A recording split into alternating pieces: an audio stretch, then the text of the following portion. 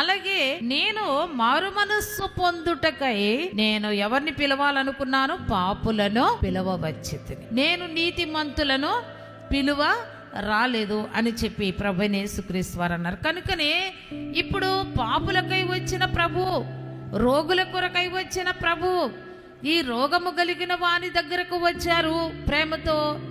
తర్వాత మారు మనస్సు కలిగించుటకై ప్రభువైన యేసుక్రీస్తు వారు పాపులను పిలిచి ఉన్నారని మనము ఇక్కడ చదువుకున్నాం.